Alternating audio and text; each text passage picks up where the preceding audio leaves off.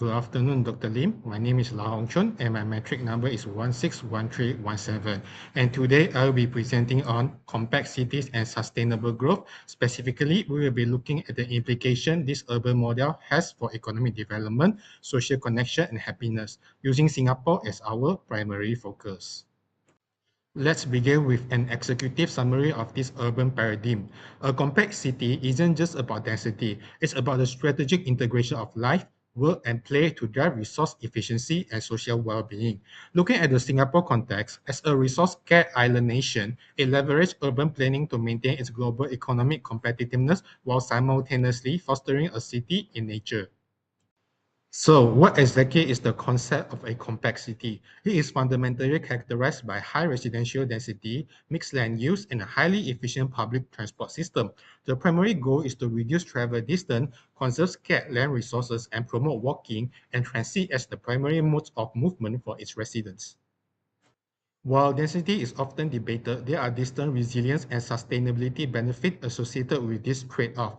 First, regarding resilience, concentrated essential service allow for vastly superior disaster management, rapid emergency response, and resource distribution. In terms of sustainability, this model minimizes the infrastructure footprint and drastically reduces energy consumption per capita compared to sprawling suburbs. Finally, it acts as an anti-sprawl mechanism which prevents urban enrichment into natural habitats, preserving biodiversity and ensuring agricultural land remain untouched. And now we are moving on to economic development part, where we will see how this density drives efficiency, innovation, and land productivity. In Singapore, land productivity is pushed to 100%. Commercial developers are strictly mandated to replace the exact area of greenery lost to the building footprint, which is crucial for maintaining land value and ecosystem service. This environment also creates powerful innovation hubs such as biopolis and fusionopolis. Urban density facilitates knowledge spillovers by tightly clustering research institutes and startups. Singapore creates a self-sustaining innovation ecosystem. Furthermore, mixed-use zoning ensuring highly skilled R&D staff can live, work, and recreate within the same precinct, which drastically reduces commute fatigue. However, a compact city is never isolated. It requires global connectivity. Singapore's world-class port and airport system are integrated deeply into its dense urban fabric, ensuring that trade flow remain perfectly seamless. This extreme proximity to global gateways continuously drive foreign direct investment and ensure the local economy is strongly tethered to major trade routes. To understand the value of this connectivity internally, we must look at the public transit, which acts as the economic backbone. In early 2025, Singapore recorded over 7.4 million daily trips on its public transport network, while the MRT handling 3.5 million commutes alone. The economic impact here is massive. This is immense rideship mitigates the billion of dollars typically lost to traffic congestion, while simultaneously ensuring a low carbon footprint for the working population.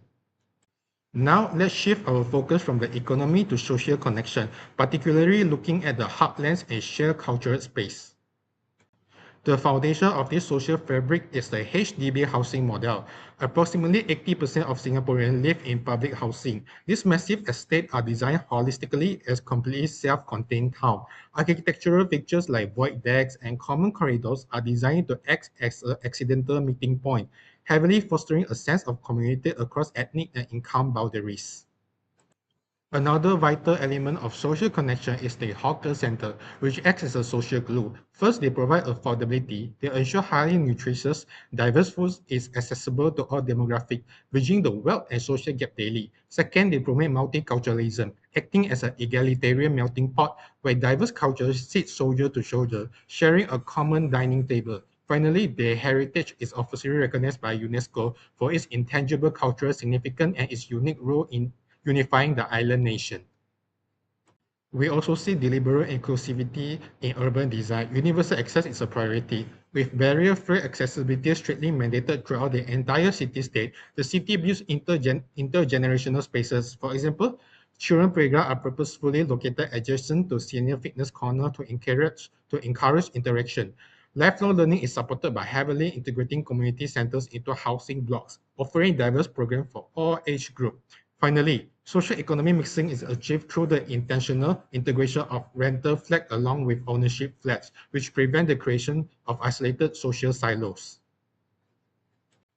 A great example is that Park Connectors Network, or PCN, an extensive network of 300 kilometers of park connectors, directly links major parks to their residential areas.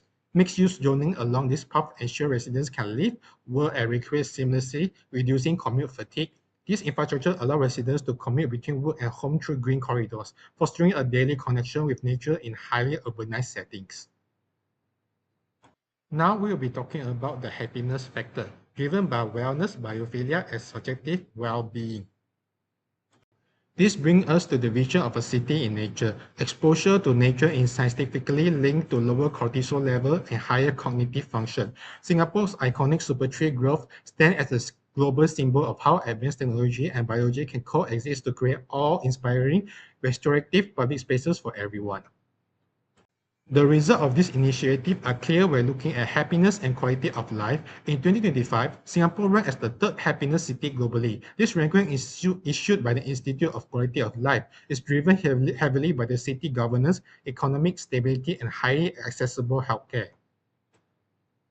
Looking forward, planners have established the 20-minute town vision centered around the ability to walk, cycle, and ride. By 2040, urban planners aim for the vast majority of residents to reach their nearest neighborhood center and essential service within a 20-minute journey. The benefit of this is that it drastically reduces commute-related anxiety and frees up highly valuable time for family, recreation, and personal wellness. To understand how this is achieved, we must examine the governance of happiness and its core drivers. Personal security and safety are ensured through exceptionally minimal crime rates supported by an efficient legal framework. Health accessibility relies on universal health subsidies and deeply integrated world-class polyclinics. Digital convenience is provided via Smart Nation initiatives like SingPass for perfectly seamless civic service. Finally, longevity and vitality are demonstrated by Singapore having the highest life expectancy in Asia, over 83 years due to robust active aging policies. Another pillar of future planning is the Singapore Green Plan 2030, which focuses on five areas. One, expanding the city in nature by strategically planting 1 million more trees. Two, an energy reset to safely quadruple solar energy deployment. Three, building a green economy to capture a share of Southeast Asia $300 billion green GDP opportunity. Four, ensuring a resilient future through climate adaptation and massive sea whaling. And five, promoting sustainable living with a comprehensive zero-waste master plan. There are several key lessons for the world to take away from this. Long-term planning shows that true urban success requires decades of visually consistent, a political vision.